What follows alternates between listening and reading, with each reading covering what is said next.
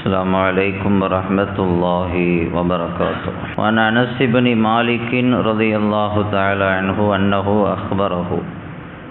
அனஸ் இப்னு மாலிக் ரலியல்லாஹு தஆலா அன்ஹு அறிவிக்கிறார்கள், அன்ன ரசூலுல்லாஹி ஸல்லல்லாஹு அலைஹி வஸல்லம் கான யுஸல்லில் அஸ்ர் வஷ்ஷம்சு பைலா முர்தஃபிஅத்துன் ஹய்யத்துன். பெருமானார் ஸல்லல்லாஹு அலைஹி வஸல்லம் அவர்கள் அஸ்ர் தொழுகை தொழுவார்கள். அப்போது சூரியன் வானத்தில் உயர்ந்தே இருக்கும், நிறம் மாறாமல் இருக்கும் என்று கூறுகிறார்கள். அதாவது சூரியன் மறையக்கூடிய நேரம் வந்துடுச்சு அப்படின்னு சொன்னால் வானத்தில் நிறம் மாற ஆரம்பிச்சிடும், ஒரு வகையான மஞ்சள் நிறம் தோன்ற ஆரம்பிச்சிடும் மறையக்கூடிய நேரத்தில். அந்த நேரம் வர்றதுக்கு முன்னாலேயே ஸல்லல்லாஹு அலைஹி வஸல்லம் அவர்கள் அஸ்ர் தொழுகை தொழுவார்கள். வயதுஹபு ஸாஹிபு இலல் அவாலி வஷ்ஷம்சு முர்தஃபிஅத்துன். மதீனாவை சுற்றிலும் இருக்கக்கூடிய கிராமப்புற மக்கள் அஸ்ர் தொழுகைக்கு அவங்க மீண்டும் அவங்க இருப்பிடத்திற்கு போய் சேர்ந்துருவாங்க. அது வரைக்கும் சூரியன் உயர்ந்தே தான் இருக்கும், சூரியன் மறைஞ்சிடாது. கிட்டத்தட்ட ஒரு 4-5 மைல் தூரத்திலிருந்து மதீனாவுக்கு மஸ்ஜித் நபவிக்கு மக்கள் தொழுகைக்கு வருவாங்க. வரும்பொழுது சூரியன் உயரத்தில் இருக்கும், வெளிச்சமாக இருக்கும், சூரியன் நிறம் மாறாமல் இருக்கும். தொழுகை முடிச்சுட்டு மறுபடியும் அதே மாதிரி 4-5 கிலோமீட்டர் தாண்டி அவங்க இருப்பிடத்துக்கு போய் சேர்ந்துருவாங்க. சேர்ற வரைக்குமே சூரியன் மறையாது, சூரியன் உயரத்தில் இருக்கும், தெளிவாக இருக்கும், வானம் பிரகாசமாக இருக்கும் அப்படின்னு சொல்லி அனஸ் இப்னு மாலிக் ரலியல்லாஹு தஆலா அன்ஹு சொல்கிறாங்க. அப்படின்னா இந்த ஹதீஸில் அஸ்ருடைய தொழுகை நமக்கு சொல்லித்தரப்பட்டிருக்குது.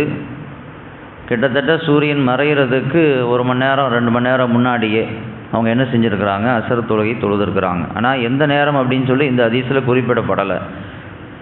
சூரியன் மறையிறதுக்கு முன்னால் அஸ்ர் தொழுதுருக்காங்க அப்படிங்கிற செய்தி மட்டும்தான் இதில் இருக்குது. அப்போ அஸ்ர் நேரம் அப்படிங்கிறது எங்கேருந்து தொடங்குது அப்படின்னா, லுகர் நேரம் எங்கே முடியுதோ அங்கிருந்து அஸ்ர் நேரம் தொடங்குது. லுகர் நேரம் எந்த இடத்துல முடியுதோ அந்த இடத்துலேருந்து அஸ்ர் நேரம் தொடங்குது. அப்போ லுகர் எங்கே முடியுது, எங்கே அஸ்ர் தொடங்குது அப்படின்னு சொன்னால், இதில் 2 கருத்து வேறுபாடுகள் இருக்குது. பொதுவாக 5 நேரம் தொழுகையில் அஸ்ருக்கும் இஷாவுக்கும் மட்டும்தான் கருத்து வேறுபாடு இருக்குது. மீதி 3 தொழுகைக்கு கருத்து வேறுபாடு இல்லை. ஃபஜ்ருக்கு, லுகருக்கு, மக்ரிபுக்கு எல்லா இமாம்களும் ஒரே கருத்து தான் சொல்கிறாங்க. அதனுடைய ஸ்டார்டிங் பாயிண்ட் என்ன, எண்ட் பாயிண்ட் என்ன அப்படிங்கிறதுல கருத்து வேறுபாடு கிடையாது. எல்லா இமாம்களும் ஒரே டைம் தான் சொல்கிறாங்க. அஸ்ருக்கும் இஷாவுக்கும் மட்டும்தான் கருத்து வேறுபாடு இருக்குது. அஸ்ரில் என்ன கருத்து வேறுபாடு அப்படின்னு சொன்னால், அஸ்ருடைய நேரம் அப்படிங்கிறது ஷாஃபி மதுஹபில் ஒரு பொருளுக்கு அதே அளவுக்கு நிழல் விழணும். அதே அளவுக்கு நிழல் விழுந்துச்சுன்னா அதுதான் அஸ்ருடைய நேரம். ஒரு குச்சியை நாம் நட்டி வைக்கிறோம், அந்த குச்சி 2 அடி அப்படின்னு சொன்னால் விழக்கூடிய நிழலுடைய அளவும் 2 அடி இருக்கும், கரெக்டாக அதே அளவு. அப்படின்னா அது அஸ்ருடைய நேரம் தொடங்கிருச்சுன்னு அர்த்தம். ஹனஃபி மதுஹபில் என்ன சொல்கிறாங்கன்னா, ஒரு பொருளுக்கு அதே போன்று 2 மடங்கு நிழல் விழ வேண்டும். 2 அடி குச்சி நட்டி வைக்கும்போது 4 அடி நிழல் விழணும், அதுதான் அஸ்ருடைய நேரம் அப்படிங்கிறாங்க.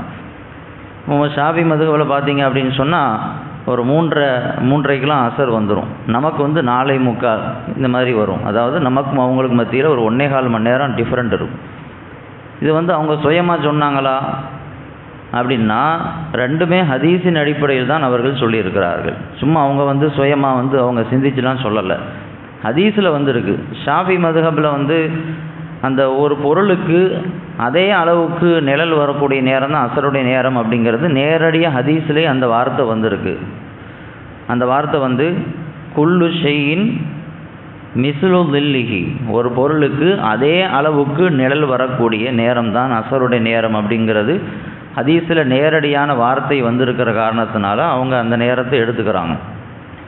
ஹனஃபி இமாம் என்ன சொல்கிறாங்க, ஒரு பொருளுக்கு 2 மடங்கு நிழல் வரணும் அப்படிங்கிறாங்க. அதாவது சூரியன் மறைகிறதுக்கும் அஸ்ருக்கும் மத்தியில் ஒரு 1 மணி நேரம் தான் கேப் இருக்கும் ஹனஃபி மதுஹப் பிரகாரம். நாம் இன்றைக்கி பள்ளியில் தொழுகிறோமா இல்லையா, 4:45 தொழுகிறோம், 5 மணிக்கு தொழுகிறோம்.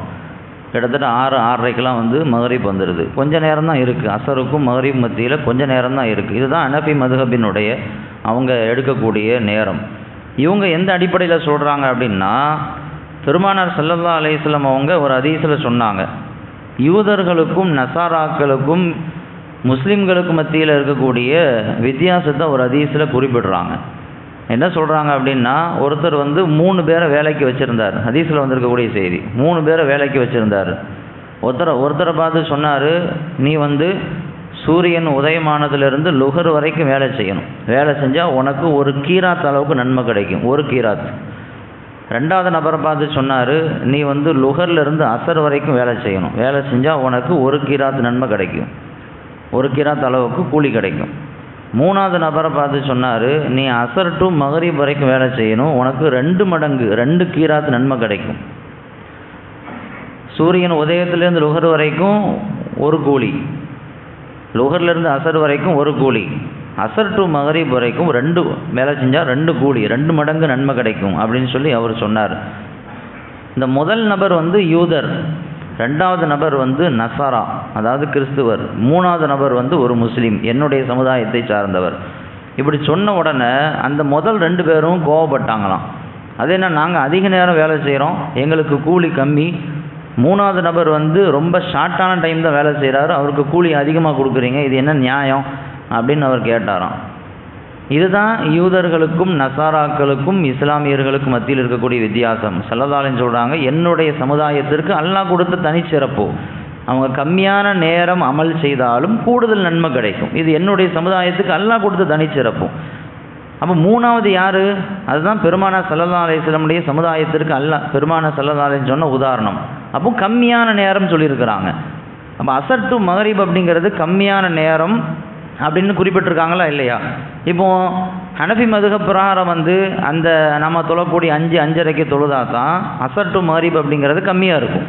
அப்போ இந்த ஹதீஸின்படி பார்க்கும்பொழுது அசர் டு மகரிப் கம்மியாக இருக்கணும்.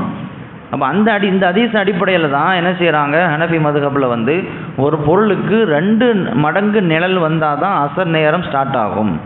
ஒரு பொருளுக்கு ஒரு அளவுக்கு 1 மடங்கு தான் நிழல் வந்துச்சு, அதுக்குமே அசர் நேரம் ஸ்டார்ட் ஆயிடுச்சுன்னா இந்த ஹதீஸ் படி அது தப்பாக போயிடும். அசர் டு மகரிப் வந்து நேரம் ஜாஸ்தியாக இருக்கும், இங்கே கம்மியாக இருக்குங்கிறாங்க. அப்போ இந்த ஹதீஸை அடிப்படையாக வைத்து கம்மியாக இருக்கணும் அப்படின்னா நாம் என்ன செய்யணும், அசர் நேரத்தை கொஞ்சம் தள்ளி வைக்கணும், 5 மணிக்கு மேலே தொழுகணும் அப்படின்னு சொல்லி அவங்க என்ன செய்கிறாங்க, இந்த ஹதீஸை அடிப்படையாக வைத்து அவங்க ஆதாரம் சொல்லுகிறார்கள். அப்போ அசர் நேரம் இதனோட தொடக்கத்தில் வந்து வித்தியாசம் இருக்குது. ஷாஃபி மதுஹப் கொஞ்சம் முன்னாடி சொல்கிறாங்க, ஹனஃபியில் வந்து கொஞ்சம் தள்ளி தொழுகிறாங்க. அசர் நேரம் முடிவு எங்கே அப்படின்னு சொன்னால், சூரியன் மறைவதற்கு சற்று நேரத்திற்கு முன்னால் அசருடைய நேரம் முடிஞ்சிடும். அசருடைய நேரம் முடிஞ்சிடும் சூரியன் மறைகிறதுக்கு முன்னால், அது வரைக்கும் டைம் இருக்குது. இருந்தாலும் கூட சூரியன் மறையக்கூடிய அந்த நேரம் வரைக்கும் நாம் தள்ளி போடக்கூடாது, அதுக்கு முன்னாடியே தொழுதரணும். சூரியன் மறையக்கூடிய நேரம் வரைக்கும் அமைதியாக இருந்துட்டு அந்த நேரத்தை தொழுகிறது வந்து அது நல்லதல்ல, அது முனாஃபிக்குனுடைய தொழுகை என்று ஸல்லல்லாஹு அலைஹி வஸல்லம் சொன்னாங்க. அனஸ் இப்னு மாலிக் இதே அறிவிப்பாளர், அவங்கள்ட்ட வந்து சில பேர் வந்து கேட்டாங்க அசர் தொழுகையை பற்றி. அவங்க சொன்னாங்க, தில்க ஸலாத்துல் முனாஃபிகீன், முனாஃபிகீன்களுடைய தொழுகை இது. எது அப்படின்னு கேட்கும்பொழுது சொன்னாங்களாம், எஜ்லிசு அஹதுஹும் ஹத்தா இதஸ்ஃபர்ரத்தி ஷம்சு, ஒருத்தர் வந்து அப்படியே அமைதியாக உட்காந்துட்டே இருப்பார் தொழுகாமல் அசர் தொழுகையை. அசர் தொழுக மாட்டார், கடைசியாக சூரியன் மஞ்சளிக்கும்ல, சூரியன் மஞ்சள் நிறத்துக்கு வந்துடும், மறையக்கூடிய அந்த நேரம் வரும்பொழுது அப்படி வானத்தில் ஒரு மஞ்சள் நிறம் தோன்றும். அந்த நேரம் வரைக்கும் அமைதியாக இருந்துட்டு கரெக்டாக சூரியன் மறையக்கூடிய அந்த நேரத்தில் எஞ்சி நின்று தக்பீர் கட்டி கட கட கட கட கடன்னு 4 ரக்காத் தொழுது முடிச்சிடுவார். ஒழுங்காக ஓத மாட்டார், ஒழுங்காக திக்ர் ஓத மாட்டார், ஒழுங்காக ஃபாத்திஹா சூரா ஓத மாட்டார். இவர் யார் அப்படின்னா முனாஃபிக்கு, இது முனாஃபிக்குனுடைய தொழுகை என்று ஸல்லல்லாஹு அலைஹி வஸல்லம் எச்சரித்தார்கள் அப்படின்னு அனஸ் இப்னு மாலிக் ரலியல்லாஹு தஆலான்னு சொன்னாங்க. அப்போ சூரியன் மறையக்கூடிய அந்த நேரம் வரைக்கும் அசருடைய அந்த நேரம் இருந்தாலும் கூட அது வரைக்கும் நாம் பிற்படுத்தக்கூடாது, முன்னாடியே தொழுதரணும் அப்படிங்கிறது இந்த ஹதீஸிலிருந்து நமக்கு விளங்குது. மறைய ஆரம்பிச்சிருச்சுன்னா தொழக்கூடாது, மறைகிறதுக்கு சற்று நேரம் முன்னாடி வரைக்கும் அசர் தொழுகலாம். மறைய ஆரம்பிச்சிருச்சு, சூரியன் வந்து அப்படியே வந்து அஸ்தமமாக ஆரம்பிச்சிருச்சு அப்படின்னா தொழக்கூடாது, தொழுகிறது கூடாது, மக்ரூஹ் அப்படின்னு சொல்லி தரப்பட்டிருக்குது. ஆனால் அந்த நாளுடைய அசரை மட்டும் தொழுகிறதுக்கு அனுமதி உண்டு. சூரியன் மறையக்கூடிய அந்த நேரத்தில் தொழக்கூடாது, ஆனால் அந்த நாளுடைய அசர், இன்றைக்கி நாம் அசர் தொழுகலை, நம்ம சொன்னோமா இல்லையா, அது வரைக்கும் பிற்படுத்தக்கூடாது. ஆனால் ஏதாவது ஒரு காரணத்தினால நம்ம ஒரு அவசர வேலையினால் தாமதம் ஆயிடுச்சு அல்லது தூங்கினோம், ஏதாவது நடந்து போச்சு, கரெக்டாக சூரியன் மறையக்கூடிய அந்த நேரத்தில் தான் நமக்கு தொழக்கூடிய ஒரு வாய்ப்பே கிடைக்குது அப்படின்னா அந்த நாளுடைய அசரை மட்டும் சூரியன் மறையக்கூடிய நேரத்தில் ஒரு தவிர்க்க முடியாத காரணங்களால் தொழுதுக்கலாம், அதை பழக்கமாக்கிடக்கூடாது. ஏன்னா ஹதீஸில் வந்திருக்கு, மன் அதரக்க ரகாத்தம் மினல் அஸ்ரி கபல அன் தகுருப ஷம்சு, சூரியன் மறைவதற்கு முன்னால் அசரில் ஒரு ரக்காத்தை ஒருவர் தொழுது விட்டால் அவருக்கு அசர் தொழுகை கிடைச்சிரும் அப்படின்னாங்க. சூரியன் மறையக்கூடிய அந்த நேரத்துக்கு முன்னால் கரெக்டாக அவர் ஒரு ரக்காத்து தொழுதுட்டார், இன்னும் 3 ரக்காத்து பாக்கி இருக்குது, அதுக்குள்ளே சூரியன் மறைஞ்சிருச்சு என்றாலும் அவருக்கு அசர் தொழுகை கிடைத்து விடும். அப்போ இந்த அசரை மட்டும் தான் குறிப்பிட்டிருக்கிறாங்க. அப்போ அதனால் அன்னைக்கு உள்ள அசரை மட்டும் சூரியன் மறையக்கூடிய நேரத்தில் நிர்பந்தத்திற்காக தொழுவதற்கு அனுமதி உண்டு. வேறு தொழுகையை சுன்ன தொழுகையோ அல்லது வேறு கலா தொழுகையோ மறையக்கூடிய நேரத்தில் தொழக்கூடாது அப்படிங்கிறது மார்க்க சட்டமாக இருக்கிறது. அன்னைக்குள்ள அசர் தொழுகையை தொழுவது கூடும் என்றாலும் கூட அது மக்ரூஹான தொழுகை அப்படிங்கிறத இமாம்கள் சொல்கிறாங்க. மக்ரூஹோடு தான் கூடும், அது கரெக்டாக தொழுததாகாது, அது மக்ரூஹ் என்ற சட்டத்தின் பிரகாரம் தான் வரும் அப்படிங்கிறத இமாம்கள் நமக்கு தெளிவாக சொல்கிறாங்க. அதனால் இதையெல்லாம் நம்ம விளங்கிக் கொள்ள வேண்டும். அல்லாஹ் ரப்புல் ஆலமீன் புரிந்து அமல் செய்யும் தௌஃபீக்கை தருவானாக. வா ஆகிரு தஅவானா அல்ஹம்துலில்லாஹி ரப்பில் ஆலமீன்.